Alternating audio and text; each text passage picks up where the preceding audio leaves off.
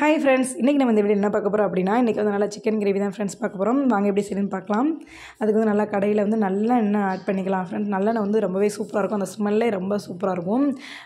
நல்லெண்ணெய் ஊற்றி நம்ம சாப்பிடும்போது டேஸ்ட்டும் ரொம்ப சூப்பராக இருக்கும். அதனால் இன்றைக்கி நல்லெண்ணெய் தான் நான் எடுத்திருக்கேன். அதுக்கடுத்து கொஞ்சமாக வந்து கடுகு ஆட் பண்ணியிருக்கேன்.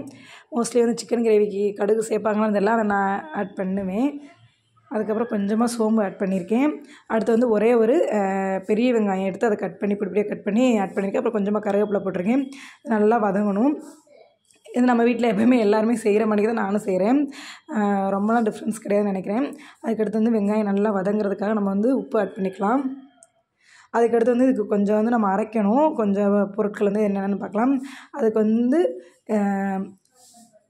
சின்ன வெங்காயம், அதுக்கப்புறம் வந்துட்டு ஜீரகம், அப்புறம் மிளகு, இது மூணுத்தையும் நான் அரைச்சி எடுத்திருக்கேன்.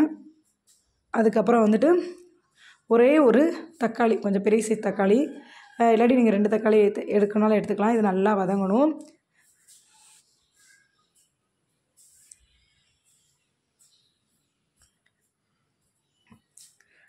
சூப்பராக வதங்கிட்டுருக்கு. ரொம்பவே சூப்பராக இருக்குது. இந்த ஸ்டேஜில் நம்ம வந்து இஞ்சி பூண்டு பேஸ்ட் வந்து நான் மோஸ்ட்லி தனியாக அரைச்சி வச்சுருவேன் ஃப்ரெண்ட்ஸ். எதுக்கெடுத்தாலும் நம்ம அரைச்சிட்டே இருக்கணும்னு சொல்லிட்டு முன்னாடியே நான் வந்து நல்லா அரைச்சி அதை வந்து ஃப்ரிட்ஜில் வந்து ஸ்டோர் பண்ணிடுவேன். அதனால் அதிலேருந்து 2 ஸ்பூன் எடுத்து ஆட் பண்ணியிருக்கேன். இப்போ வந்து நல்லா கிளறி விட்டுக்கலாம். ரொம்பவே சூப்பராக அந்த ஸ்மெல் செம்மையாக இருக்கும். அடுத்து நம்ம வந்து ஒரு பேஸ்ட்டை அரைச்சி வச்சுருந்தோம் இல்லையா, அந்த சின்ன வெங்காயம், சீரகம், மிளகெல்லாம் போட்டு அதையும் ஆட் பண்ணி நல்லா கிளறி விட்டுக்கலாம். இப்போ செம்மையாக இருக்கும். அந்த ஸ்மெல்லே சூப்பராக இருக்கும். நல்லா பச்சை வாசனை போகும்போது நல்லா வதக்கிக்கலாம்.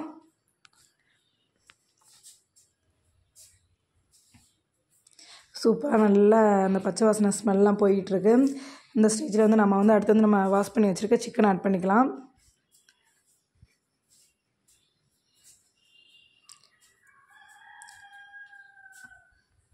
நான் வந்து 3/4 கிலோ சிக்கன் எடுத்திருக்கேன் ஃப்ரெண்ட்ஸ். ரொம்பவே சூப்பராக இருக்கும். நல்லா இதை வந்து நல்லா கிளறி விடணும். அப்புறம் அந்த மசாலா வந்துட்டு இந்த சிக்கனோட வந்து நல்லா வந்து அப்சர்வ் ஆகும்.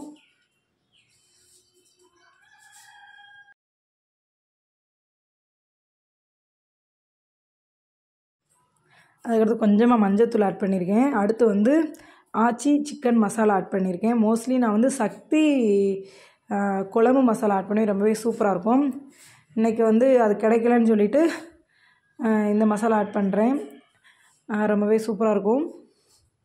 இப்போ நல்லா கிளறி விடலாம்.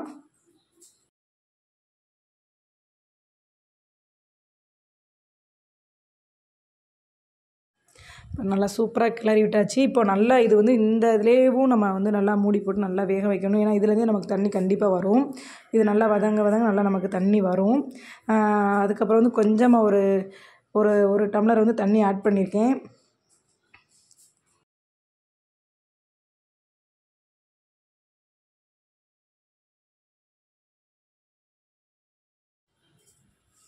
சூப்பராக இந்த மசாலா வந்து ஆட் பண்ணி நல்லா வதங்கிட்டுருக்கு. ரொம்பவே சூப்பராக இருக்குது. இந்த சைடு வந்து பார்த்திங்கன்னா சிக்கன், அதாவது மோஸ்ட்லி இதை வந்து பள்ளிப்பாளைய சிக்கன்னு சொல்லுவாங்க. நம்ம மதுரை சைடு வந்து உப்பு கறின்னு தான் சொல்லுவோம். சிக்கன் உப்பு கறின்னு தான் சொல்லுவோம். ரொம்பவே சூப்பராக இருக்கும்.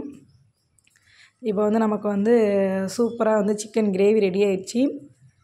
இதுக்கு வந்து நல்லா சூப்பராக வந்து நம்ம டெக்கரேஷன் பண்ணணும்ல, அதுக்கு வந்து மல்லி இலை வந்து ஆட் பண்ணிக்கலாம். சூப்பராக இருக்கும். இது வந்து நல்லா பெப்பர் ரசம் வச்சு இந்த சிக்கன் கிரேவியை நல்லா மழை பெய்யும் போது சாப்பிட்டோம். அவ்வளோ சூப்பராக இருக்கும்.